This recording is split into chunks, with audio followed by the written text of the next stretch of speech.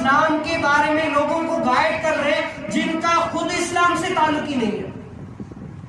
آپ کو بتاؤں حضور کائنات صلی اللہ علیہ وسلم نے اعلان نبوت بعد میں کیا، ابھی تک اعلان نبوت نہیں کیا تھا.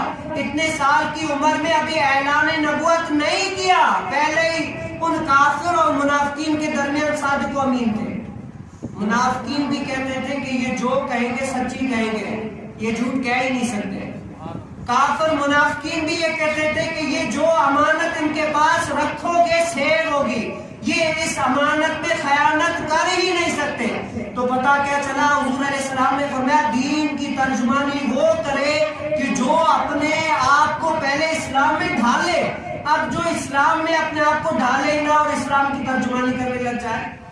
اب بہت سارے ایسے لوگ ہیں جیسے انگور، یونس انگور، ایسے کوئی نام ہے، بہت سارے لوگ اسلام کی ترجمانی کر رہے ہیں. میں نے کہا پہلے تو اس کو کہو کہ اسلام میں خود عمل کرے.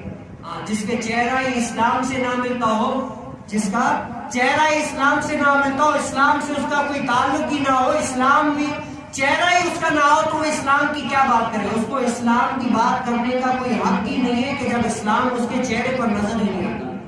چلو باطنی گناہ ہو جاتے لیکن ظاہری طور پر تو اپنے آپ کو ایسا اسلامی کور کرائے. اگر اسلام کی دوسروں پر تبلیغ کرتا ہے یا دوسروں کو اسلام کی دعوت دیتا ہے تو کم سے کم جو اسلامی چہرہ ہے وہ تو اپنائے، پھر جا کر اسلام کی دعوت دے.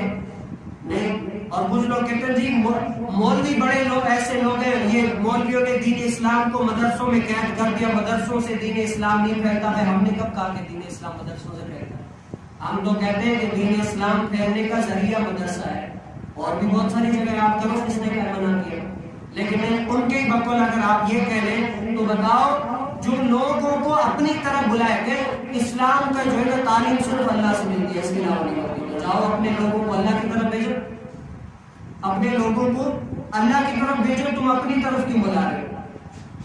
یہ ایسے مائنڈ رکھنے والے، ایسے شریعت کو بگاڑنے والے بہت سارے لوگ ہیں، ایسے لوگ ہیں.